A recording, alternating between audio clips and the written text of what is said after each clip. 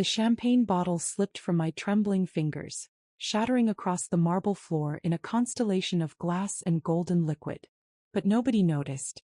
They were all too busy laughing at me. "Clean it up," my husband said, his voice cold as winter steel.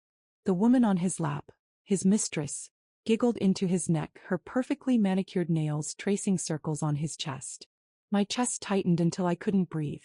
This was supposed to be his birthday party. Our home. Our life. But I was the servant and she was the queen.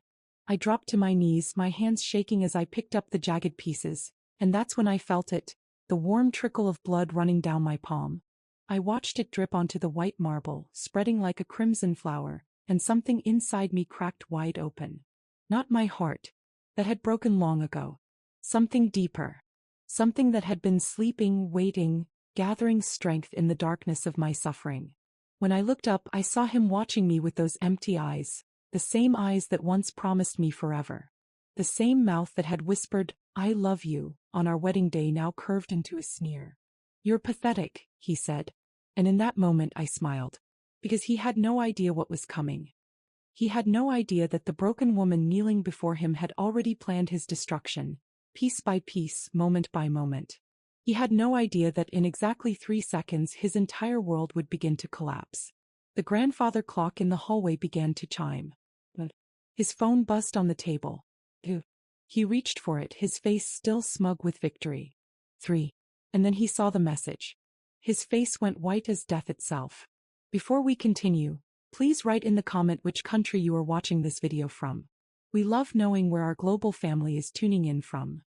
And if this is your first time on this channel, please subscribe. Your support helps us bring even more epic revenge tales of life. Enjoy listening.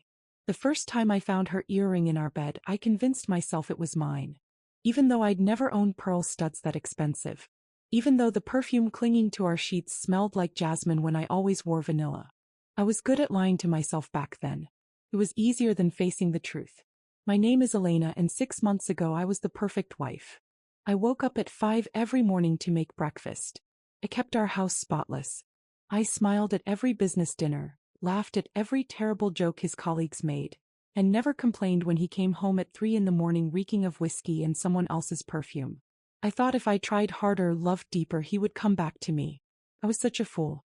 The morning everything changed started like any other. I was making his favorite omelet when he walked into the kitchen, adjusting his tie. He looked handsome in his gray suit, the one I'd picked out for his promotion last year. Back when he still asked for my opinion.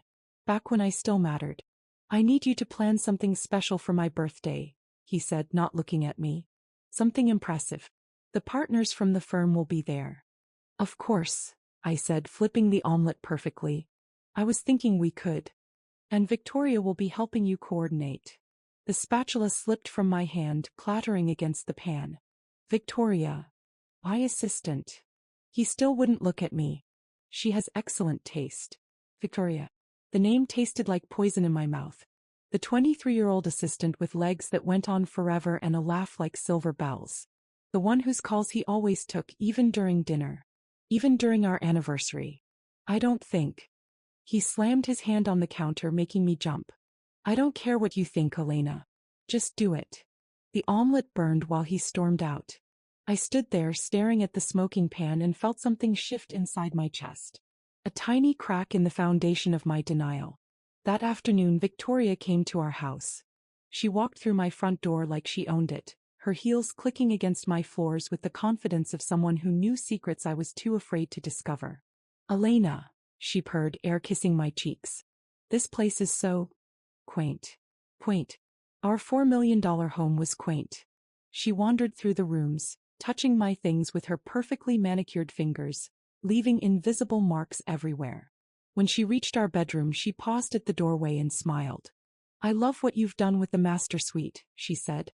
"Though I would have chosen darker sheets. White shows everything, doesn't it?" My hands clenched into fists. He knew. She knew that I knew, and she was enjoying it. "Let's discuss the party," I said, my voice steady despite the storm raging inside me. We sat in my living room and she pulled out her tablet, talking about catering and flowers and guest lists. But her eyes kept drifting to the family photos on the mantel.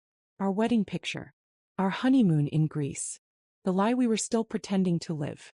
We should do something dramatic, she said, crossing her legs slowly, deliberately. Something nobody will forget. Yes, I agreed, my mouth dry. Something unforgettable. She left an hour later, but her perfume lingered. Jasmine. The same scent that had been haunting my bed for months. I walked to the kitchen and pulled out the bottle of wine I'd been saving for our anniversary. The anniversary he'd forgotten 3 weeks ago.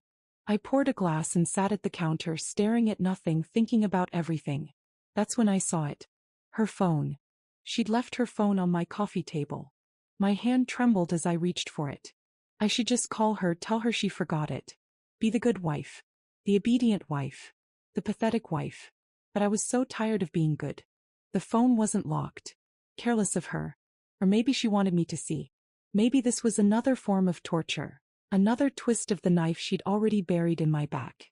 I opened her messages. The first thread was with him. My husband. The man who'd sworn before God and our families to forsake all others. The messages went back 8 months. 2 months before I'd found the first earring. I scrolled through their conversation, each word cutting deeper than the last. The pet names. The photos. The plans they made while I was at home, cooking his dinners and washing his clothes and dying slowly from the inside out. But it was the most recent message that stopped my heart. After my birthday, we'll tell her. I want the divorce papers ready. The prenup has a loophole if she's been mentally unstable. We just need to push her a little more. The medication I've been slipping in her coffee is working. She's been so confused lately. Perfect for our case. Can't wait to make you my wife officially. Mrs. Blackwood has a nice ring to it. The phone slipped from my numb fingers. They weren't just having an affair. They were systematically destroying me. The forgotten appointments, the lost keys, the confusion I'd been feeling. It wasn't early menopause like I'd feared. They were drugging me. They were trying to make me look crazy. And then they were going to take everything. I sat there for a long time, staring at her phone, feeling the rage build inside me like a symphony reaching its crescendo. They thought I was weak. They thought I was broken. They thought I would crumble quietly and disappear. They had no idea who they were dealing with. I picked up the phone and forwarded the entire conversation to my email. Then I deleted the evidence and placed the phone back exactly where she'd left it. When Victoria returned for her phone an hour later, I was the picture of the perfect hostess. Oh, silly me, she laughed, snatching it up. I'd lose my head if it wasn't attached. We all make mistakes, I said, smiling warmly. Some bigger than others. She paused at the door, perhaps hearing something in my tone. But then she shrugged and left, her heels clicking away like a countdown timer. I had 6 weeks until his birthday. 6 weeks to plan the perfect party. 6 weeks to destroy them both. The next morning I stopped putting sugar in my coffee. It was a small thing, but I needed my mind clear. No more of whatever they'd been feeding me. I poured the entire bag of sugar down the sink and bought a new one from a different store. I did the same with everything else I consumed regularly. Paranoid? Maybe. But paranoia had become my survival instinct. I started documenting everything. Every strange taste, every moment of confusion, every unexplained absence. I bought a safety deposit box at a bank across town, one he didn't know about, and began building my insurance policy. Meanwhile, I played my part perfectly. Honey, I've been so forgetful lately, I told him that evening, letting my voice waver. Maybe I should see a doctor? His eyes lit up. That's a good idea, sweetheart. I'll make you an appointment with Dr. Brennan. Dr. Brennan. His golf buddy. Of course. You're so thoughtful, I cooed, kissing his cheek while my stomach churned. I went to the appointment. I played confused and scattered. I let Dr. Brennan run his tests and prescribe me anxiety medication that I never filled. Instead, I paid cash at a different pharmacy for vitamins that looked identical to the pills and switched them out. Let them think they were controlling me. The birthday party planning continued. Victoria came by twice a week, each visit more unbearable than the last. She'd drape herself over my furniture, talk about my husband's preferences like she knew him better than I did. He probably did at this point. He loves chocolate cake, she said one afternoon, flipping through cake samples. He's allergic to chocolate, I corrected quietly. It gives him hives. She laughed. Oh, Elena. He's not allergic. He just told you that because he didn't want you making those terrible brownies anymore. My brownies. The ones I'd made every Sunday for the first year of our marriage. The ones he'd claimed to love until suddenly he was allergic. Another lie. Another cruelty. How silly of me, I said, my smile never wavering. Chocolate it is, then. While they plotted my downfall, I was building something else entirely. I'd found a lawyer. Not just any lawyer, but Miranda Thorne, the woman who'd taken down 3 Fortune 500 CEOs in divorce court. She was expensive, brutal, and exactly what I needed. They're trying to gaslight you, she said after reviewing my evidence. Classic manipulation. But you're smarter than they think. I want more than divorce, I told her. I want them to pay. She smiled, sharp as a blade. Then we need more evidence. And we need to make his birthday very special indeed. I also hired a private investigator. Thomas was a former cop who looked like someone's grandfather but had eyes that missed nothing. Your husband's been sloppy, he told me after a week. The affair's been going on for over a year. But that's not the interesting part. He slid a folder across the table. Inside were photos, documents, proof of something far worse than adultery. My husband had been embezzling from his company, using Victoria to help move money through fake accounts. They weren't just stealing from me, they were stealing from his partners, his clients, everyone who trusted him. This is.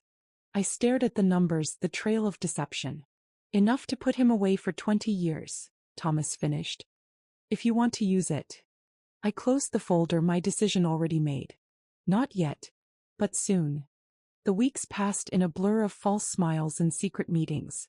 I played the deteriorating wife perfectly, mixing up dates, forgetting important events, crying at random moments. I let them see me taking the pills they thought were controlling me. I overheard Victoria on the phone one day laughing about how easy it was. She's practically doing the work for us, she said. By his birthday she'll be ready for a psychiatric hold. 3 weeks before the party I made my first real move. I went to see Jaden Blackwood Sr., my father-in-law. He'd never liked me, had fought against our marriage from the beginning. I wasn't from money, wasn't from their world. But he was a man who valued one thing above all else: the family reputation. I need to show you something, I said, sitting in his office that smelled like leather and old cigars. I showed him everything. The affair, the embezzlement, the plan to have me committed. I watched his face go from skeptical to furious to something beyond rage. That stupid boy, he growled, his hands shaking. That absolute fool.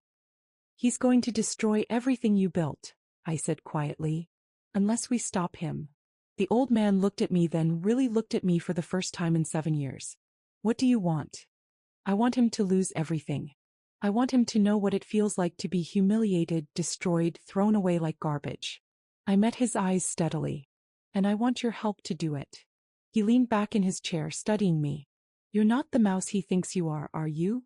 I never was. I just loved him enough to pretend. He nodded slowly. The party. You want to do it at the party.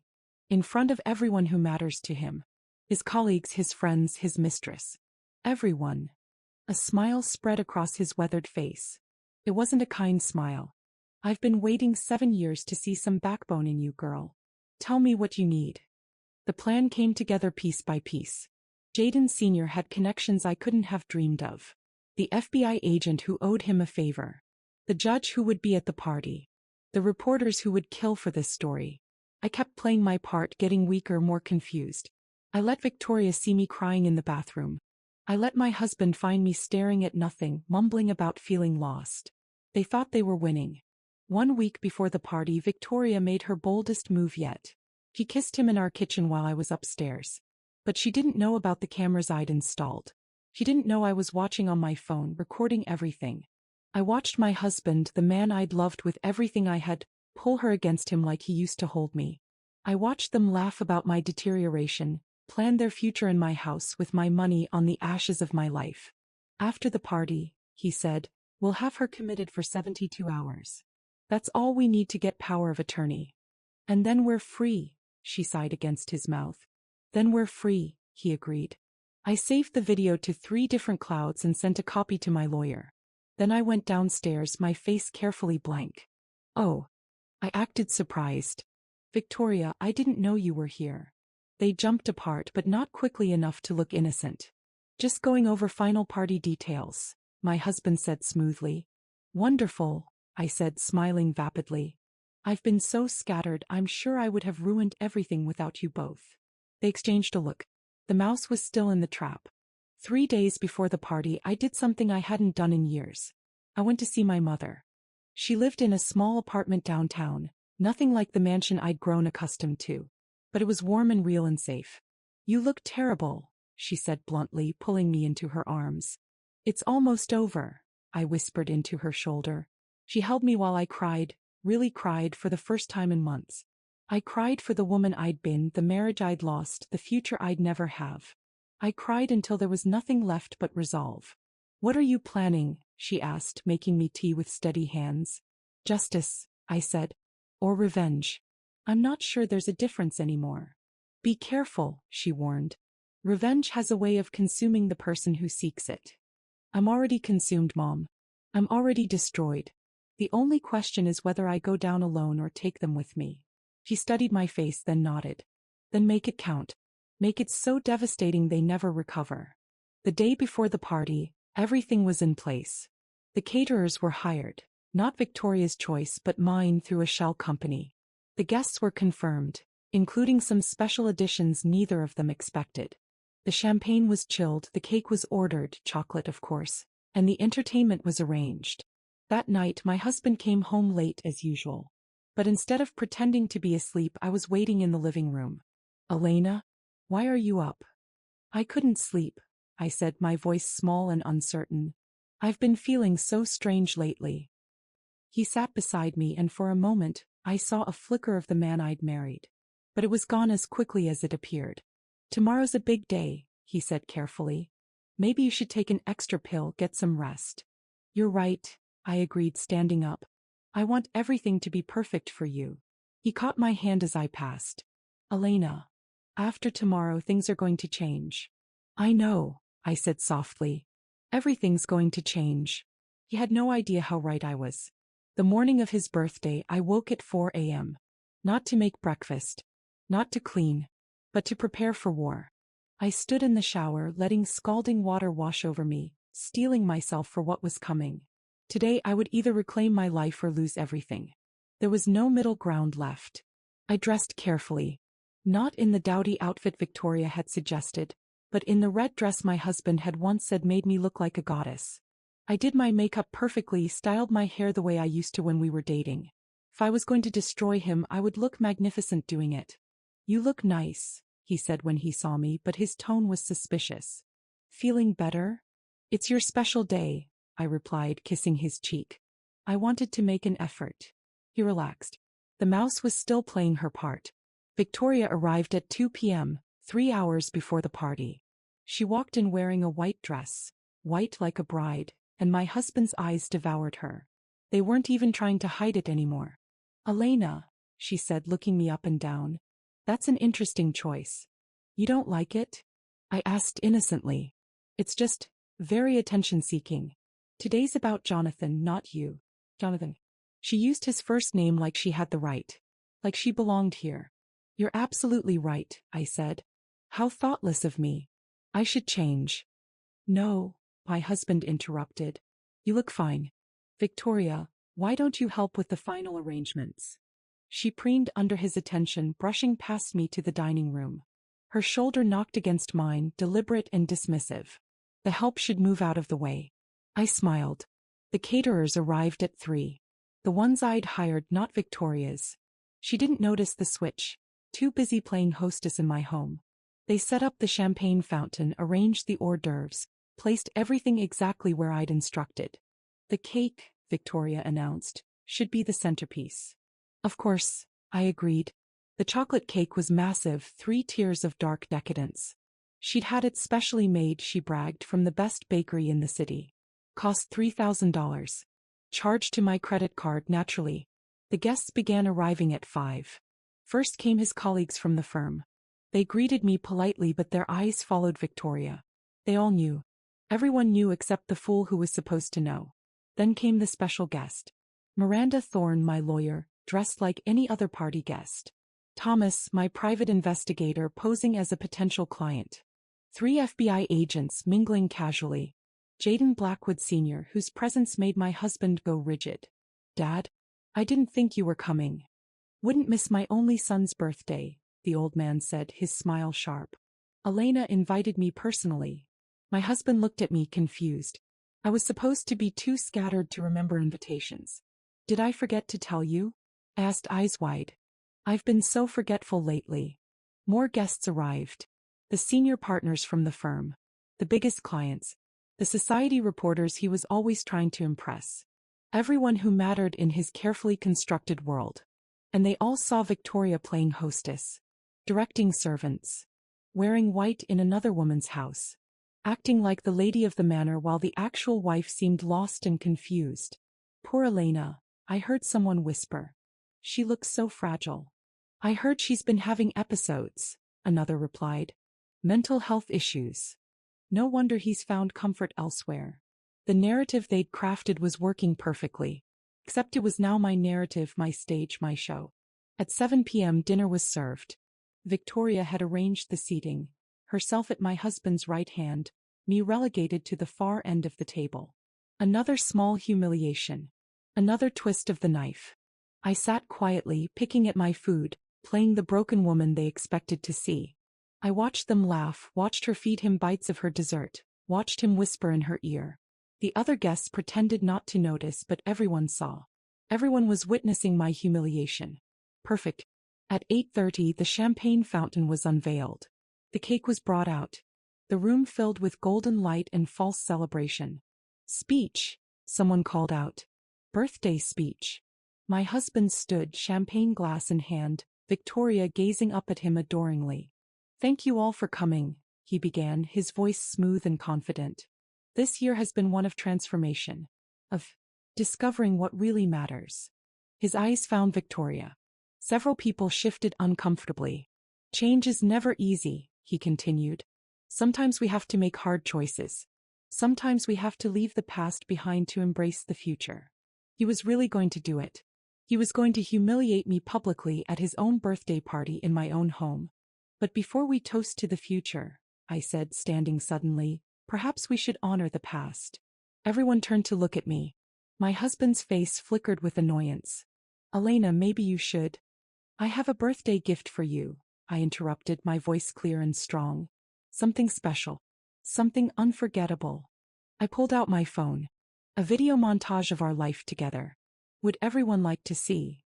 The guests murmured approval. My husband looked uncertain, but Victoria whispered something in his ear and he nodded. I connected my phone to the smart TV. The screen flickered to life. At first, it was exactly what they expected. Our wedding video. Our honeymoon. Sweet moments from better days. The guests smiled, some even sighed at the romance of it all. Then the scene changed. Security footage from my bedroom. Victoria going through my jewelry. Taking pieces. Trying them on. The room went silent. Next clip. My husband and Victoria in his office. The audio was crystal clear. She's so pathetic, Victoria's voice rang out. Does she really not know? She knows what I want her to know, my husband replied. Once we have her committed, everything will be mine. Then we can finally stop pretending. Gasps echoed through the room. The video continued. The kitchen kiss. The drugging confession. The embezzlement documents. Account after account, transfer after transfer, their signatures on everything. Turn it off, my husband roared, lunging for my phone. But I stepped back and Thomas stepped forward, blocking him. There's more, I said calmly. The screen showed emails between them. Planning my commitment. Discussing which facility would be easiest to control. Calculating how long before they could declare me incompetent. Then came the FBI evidence. The fraudulent accounts. The stolen funds. The clients they'd cheated. Victoria had gone pale as death. She stood, shaking, trying to leave. But Miranda Thorne stood by the door, shaking her head. You might want to stay, my lawyer said. The FBI will have questions. As if on cue, the three agents stood, showing their badges. Jonathan Blackwood, Victoria Klein, you're under arrest for embezzlement, fraud, and conspiracy. The room erupted in chaos. My husband turned to me, his face twisted with rage. You bitch. You crazy. Careful, I said softly. Everyone's watching. He looked around at the phones recording, the reporters scribbling notes, his father's disgusted face. This is entrapment. She's insane. Tell them. He grabbed Victoria's arm. Tell them she's crazy. But Victoria was being handcuffed, mascara streaming down her face. This is all his idea, she screamed. He made me do it. He said she was unstable, that she deserved it. They turned on each other instantly. The great love affair crumbling in seconds when faced with consequences. You seduced me, he shouted. You said we could have everything. You promised me marriage. You promised me her life. The agents dragged them apart, reading their rights while everyone watched. The birthday cake sat untouched, its chocolate perfection mocking the destruction around it. But I wasn't done. One more thing, I called out as they were being led away. My husband turned, hope flickering in his eyes. Maybe his mouse would save him after all. I smiled, the same smile I'd given him on our wedding day. Happy birthday, darling. I'm pregnant. The words hit him like a physical blow.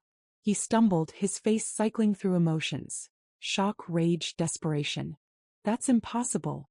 We haven't. 3 months ago, I said clearly so everyone could hear.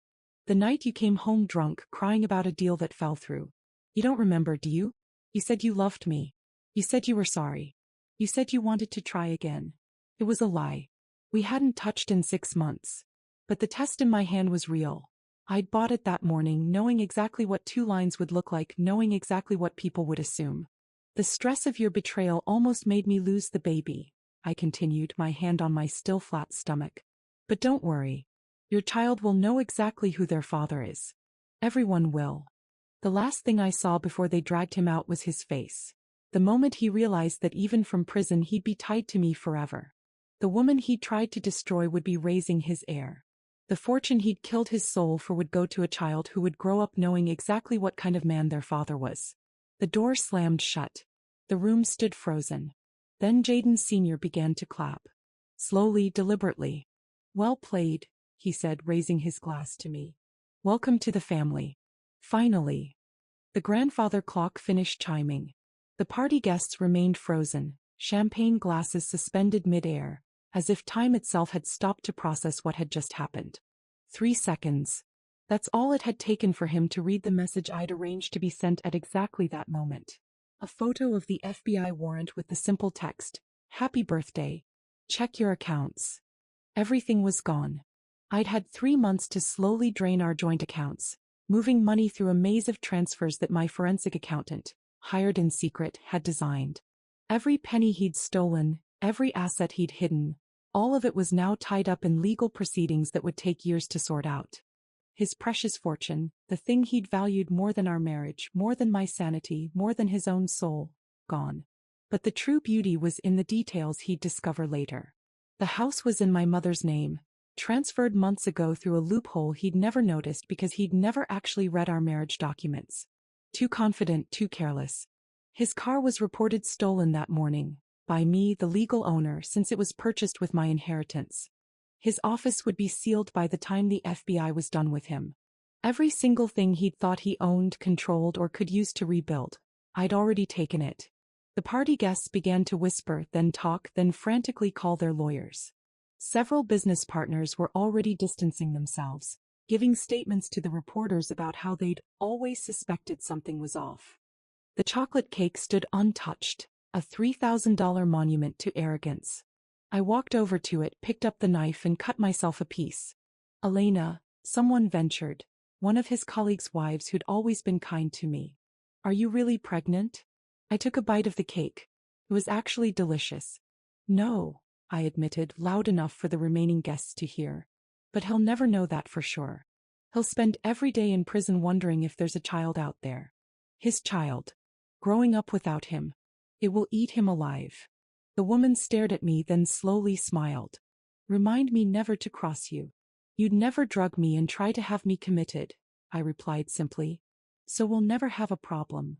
As the party dissolved, as the gossip spread like wildfire through their social circles, as his reputation crumbled in real time on social media, I stood in my dining room eating chocolate cake. Miranda Thorne appeared at my elbow. The divorce papers will be filed Monday. Given the circumstances, it should be quick. No, I said.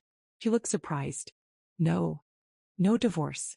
Let him rot in prison as my husband. Let him know that legally I control everything while he's incarcerated.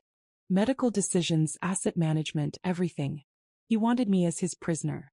Now he gets to be mine. He grinned. You're scarier than I thought. I like it. Thomas joined us, loosening his tie. The FBI has everything they need. With the evidence you provided, he's looking at 15 to 20.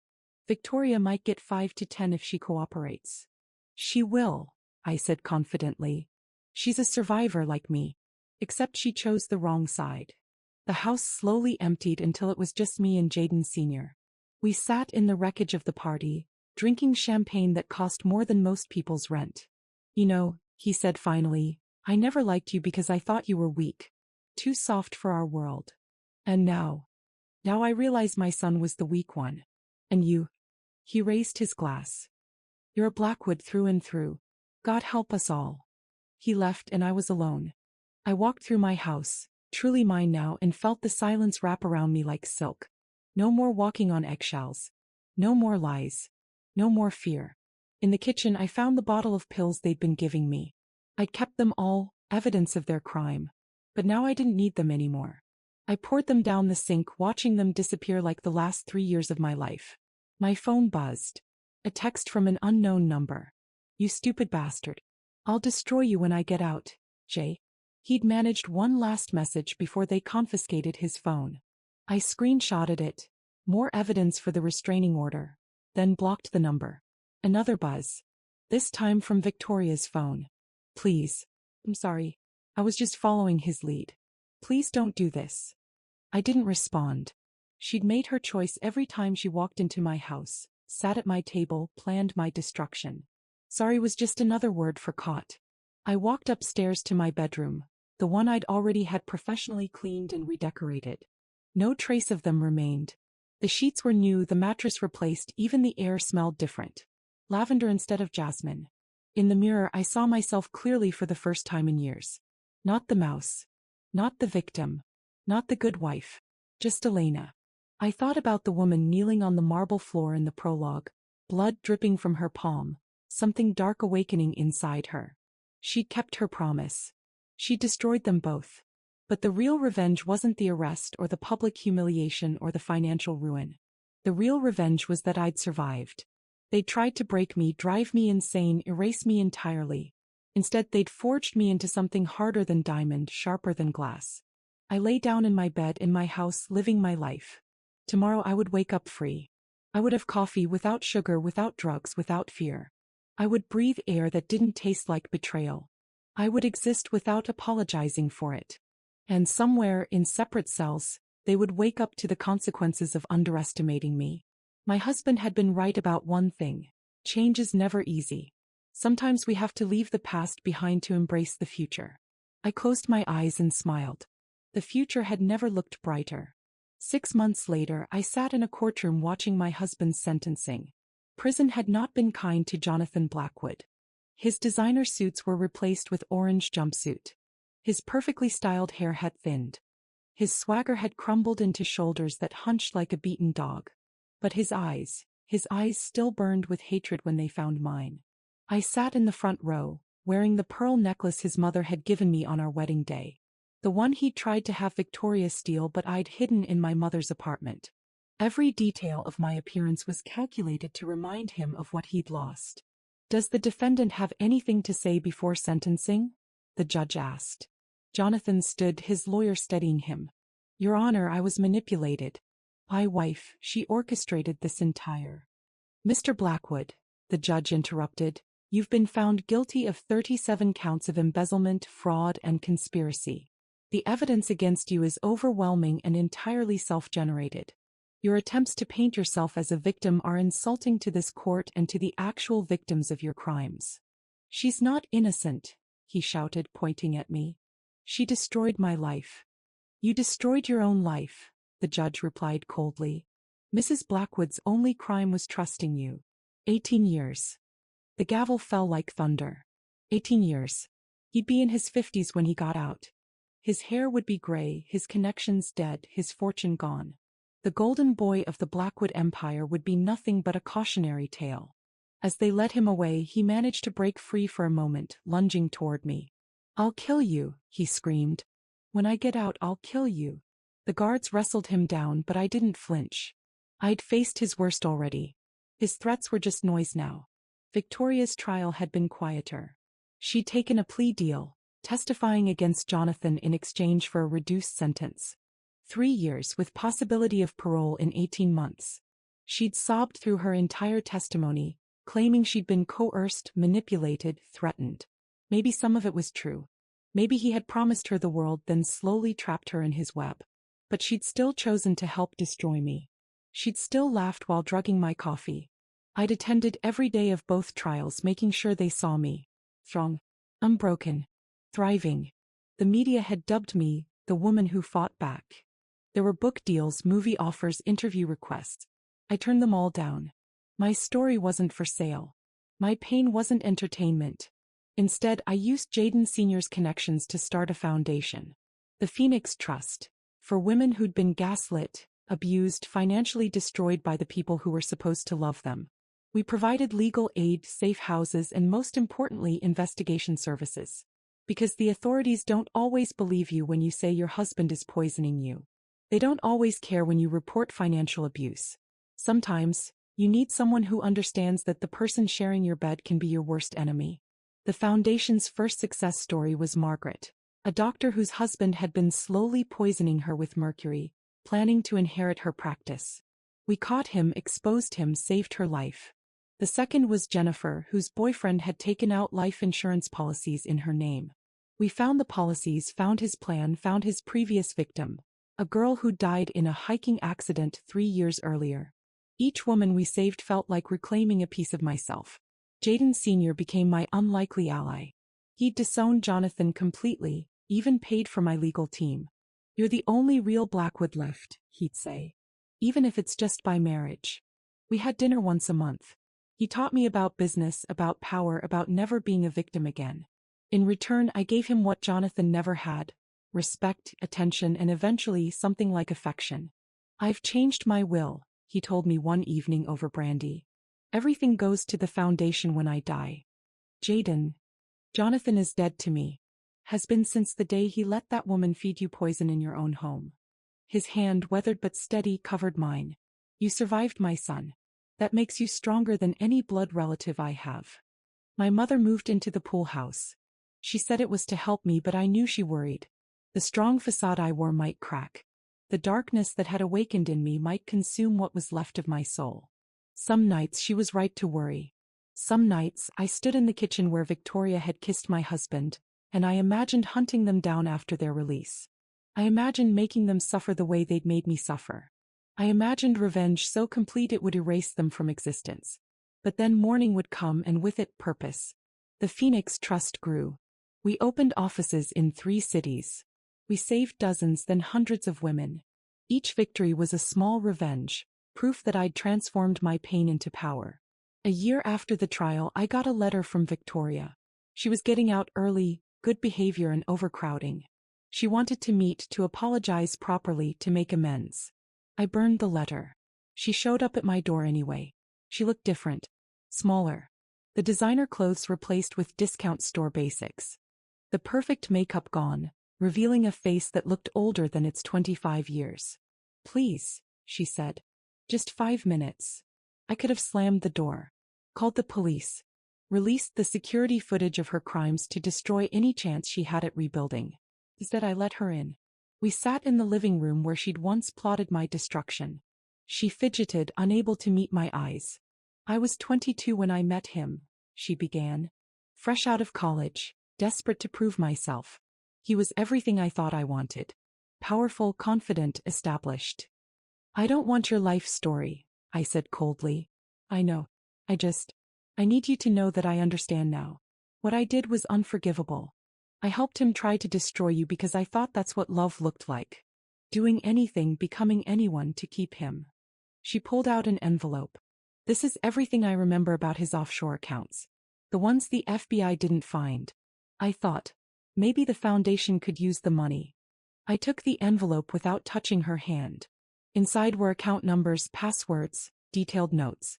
Millions hidden away for his eventual release. Why? I asked. Because I was you once, she said quietly. Before him I was engaged to a nice guy. Normal job, normal life. But Jonathan convinced me I could do better, be better. He isolated me from everyone, made me dependent on him, on the life he offered. By the time I realized what I'd become, it was too late. You had choices, I reminded her. You chose to drug me. I know. And I'll live with that forever. She stood to leave, then paused. He's planning something. I don't know what, but he's got people on the outside. Be careful. After she left, I called Thomas. He confirmed what she'd said. The accounts were real, and there were whispers that Jonathan was orchestrating something from prison. But I wasn't afraid anymore. I'd faced the worst thing, the betrayal of someone I loved completely. Everything else was just noise. That night, I stood in my bedroom looking out at the city lights. Somewhere out there, women were being gaslit, manipulated, destroyed by men who claimed to love them. Somewhere, another Elena was on her knees, picking up broken glass, feeling something dark awaken inside her. I couldn't save them all, but I could save some. And that was revenge enough. 2 years had passed since the birthday party that changed everything. The Phoenix Trust had become a national organization. We'd helped over 300 women escape abusive situations. My story had become legend, whispered in support groups, shared in secret forums, passed between women like a promise that survival was possible. I thought I'd won. Thought it was over. I was wrong. The first sign was subtle. A flower delivery to the foundation. White roses, no card. Then a reservation at my favorite restaurant mysteriously cancelled. My car tires slashed while I was at my mother's house. It's him, Thomas said, reviewing the security footage that somehow showed nothing. He's got reach even from inside. Jonathan had been a model prisoner. Good behavior, teaching finance classes to other inmates, finding God, or at least pretending to. His sentence had been reduced. He'd be eligible for parole in 5 years instead of 18. How? I demanded at my lawyer's office. Miranda looked grim. Money talks even in prison. Especially in prison. He's got a whole network now. Other white-collar criminals, guards he's paying off, even a fan club on the outside that thinks he was framed. A fan club. He showed me the website. Free Jonathan Blackwood. Hundreds of members. Mostly men who believed he was a victim of a vindictive ex-wife. They'd raised money for his appeal, hired new lawyers, created a narrative where I was the villain. They're doxing Phoenix Trust clients, Miranda continued. Harassing women who speak publicly about their experiences. And Elena, they have your schedule. Your routines. Everything. That night I installed new security systems. Hired bodyguards. Changed my routes. But the harassment continued. Dead animals left at the foundation. Threatening calls to my mother. Photos of me taken from a distance, mailed to my house with messages. He's coming. Jaden Sr. offered to handle it his way. Old money had old solutions. But I refused. I wouldn't become them. I wouldn't let their evil transform me into something equally dark. Then they went after someone I couldn't protect. Rebecca was 19, a Phoenix Trust success story. Her ex-boyfriend had tried to kill her, but we'd gotten her out, gotten him arrested. She was rebuilding, healing. Until she wasn't. They found her body in her apartment. Suicide, the police said. But the note wasn't in her handwriting. The security footage was corrupted. And her phone's last message was to me. They're here. Jonathan's people. They say if you don't stop, they'll. The message cut off. I stood at her funeral, watching her mother sob, and felt the darkness I'd kept caged for 2 years howl for release. They'd killed an innocent girl to send me a message. They'd destroyed a life just to prove they could. That night I made a decision. I called Jaden Sr. I need those old solutions now. He didn't ask questions. Within a week, 3 of Jonathan's most vocal supporters had their own secrets exposed. Affairs, tax fraud, one with a predilection for underage girls. Their lives imploded spectacularly and publicly. The website went down after its founder was arrested for distribution of child pornography, planted or real, I didn't ask. But Jonathan himself remained untouchable in his cell, still pulling strings, still orchestrating terror. Victoria called me. She'd been out for 6 months, working at a grocery store, keeping her head down. He contacted me, she said, her voice shaking. He wants me to help him. Says if I don't, he'll have me killed. What does he want? He wants me to get close to you again, gain your trust, then. He didn't say exactly what. But Elena, he's different now. Prison didn't break him. It made him worse. He's got connections with real criminals now, not just white-collar thieves. We met in a public place, surrounded by my security. She looked terrified, constantly checking over her shoulder. There's more, she said. He knows about Rebecca. He ordered it. He has a list of every woman the Phoenix Trust has helped. He'll kill them one by one until you publicly recant your testimony, admit you framed him. That would never hold up legally. He doesn't care about legal anymore. He cares about destroying you. He said prison taught him that there are worse things than death. He wants you to live knowing you caused all those deaths. I stared at her, this woman who'd helped destroy my life, now trying to save others. What do you propose? We fight back. Together. I know his network, his codes, his plans. You have resources, connections. We can dismantle his operation from the outside while he rots inside. It was a deal with the devil. But sometimes you need evil to fight evil. We worked in secret for months. Victoria fed information to Thomas, who passed it to federal agents who actually cared. We identified Jonathan's lieutenants, his funding sources, his communication channels. One by one we took them down. His money man was arrested for murder. A cold case from before he met Jonathan, solved with an anonymous tip. His inside prison contact overdosed on contraband drugs. Tragic accident, the warden said. His message network was exposed when someone leaked the encryption keys to the FBI. But Jonathan himself survived every attempt to isolate him. He had too many backup plans, too many failsafes. There's only one way to end this, Victoria said one night as we reviewed our options. Someone has to get close to him. Inside clothes. He'd never trust either of us. Not us. Someone new. Someone he doesn't know is connected to you. That's when Sophia entered our lives. She was 25, beautiful, with a tragic backstory that would appeal to Jonathan's ego.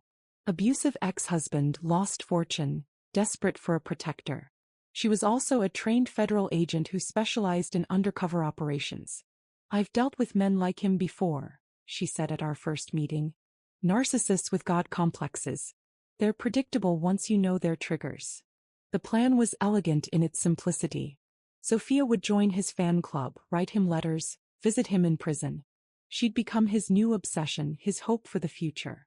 And through her we'd feed him false information, lead him into traps, destroy his network from within. It's dangerous, I warned her. He's killed before. So have I, she replied simply. Just with legal sanction. The seduction took 3 months. Sophia played her part perfectly, the wounded bird seeking a strong protector. She hung on his every word during visits, cried at his injustices, promised to wait for him. Jonathan fell completely. His letters to her were horrifying, detailed plans of what he'd do to me, to everyone who'd wronged him. But also useful. Names, dates, locations. Evidence that even his expensive lawyers couldn't explain away. But the masterpiece was the recording. Sophia wore a wire to their final visit. Got him bragging about Rebecca's murder, about the others he planned, about how he'd fooled everyone into thinking he'd reformed. Elena thinks she won, he laughed on the tape. But I'm going to take everything from her. Every woman she saves I'll destroy. Every life she touches I'll end. And when there's nothing left but her guilt and pain, then I'll come for her personally. How? Sophia asked, playing the devoted follower. I've got people everywhere. Guards, cops, even judges. When I get out, and I will get out, she'll never see me coming. I'll make her death look like a suicide. Poetic justice for what she did to me. But what if she has protection? Everyone sleeps sometime. Everyone has a weakness. Hers is that she still has hope. She still believes in justice, in goodness. I'm going to teach her that only power matters. And I have more power than she can imagine. It was enough. The recording went to the FBI, the media, his own lawyers. New charges were filed. Conspiracy to commit murder, witness intimidation, running a criminal enterprise from prison. His support network crumbled overnight. His fellow inmates, realizing he was now a liability, distanced themselves. His money dried up as assets were frozen. The trial was swift. Life without parole, solitary confinement, no contact with the outside world. I attended the sentencing, sitting in the same spot as before.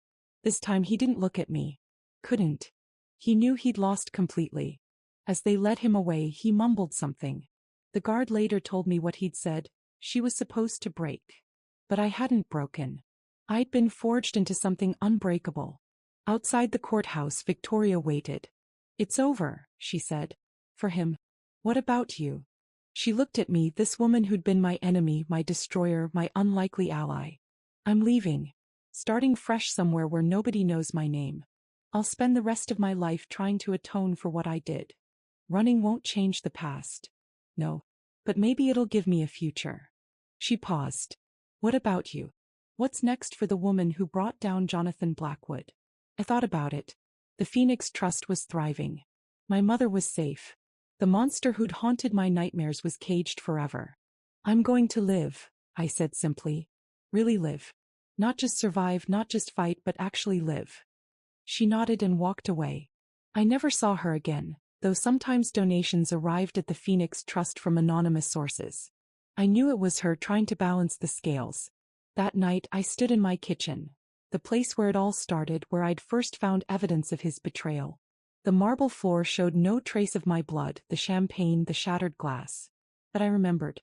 I remembered the woman who'd knelt there, broken and bleeding, something dark awakening inside her. She'd kept her promise.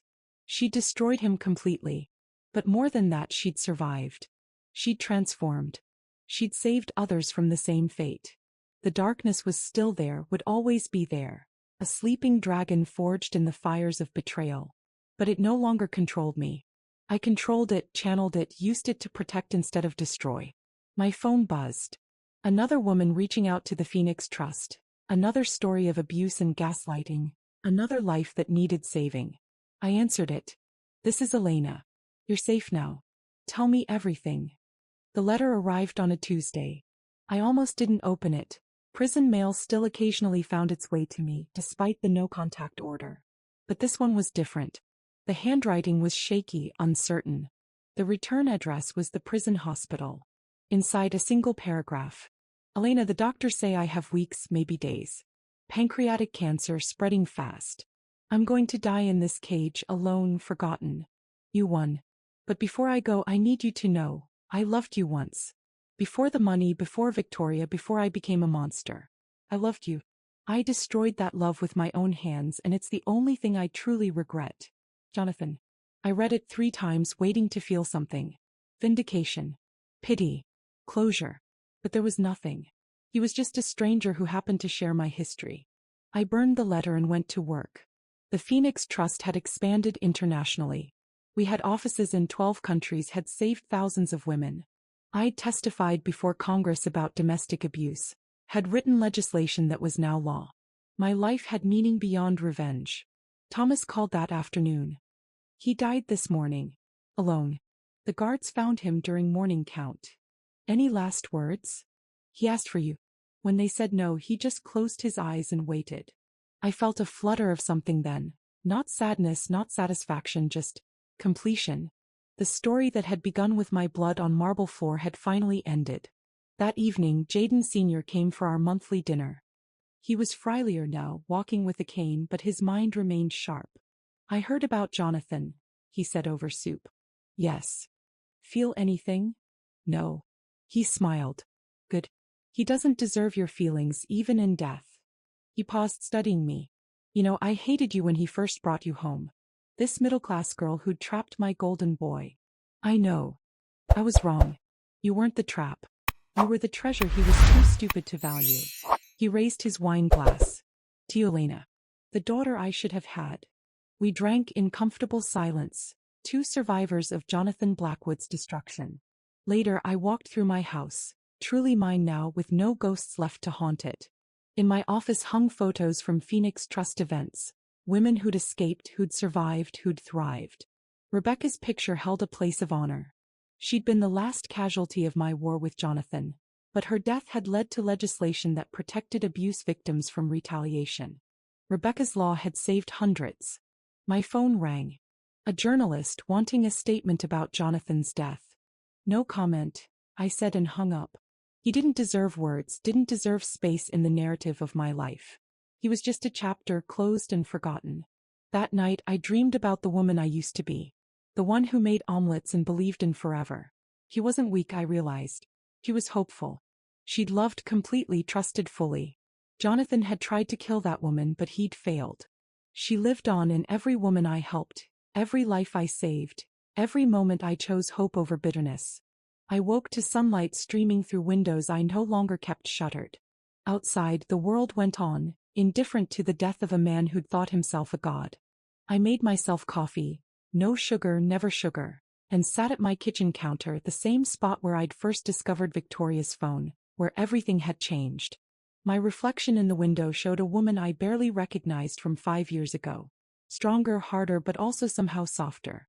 The edges worn smooth by purpose rather than pain. The doorbell rang. A delivery. White roses, but this time with a card. Thank you for saving my life. A Phoenix Trust survivor.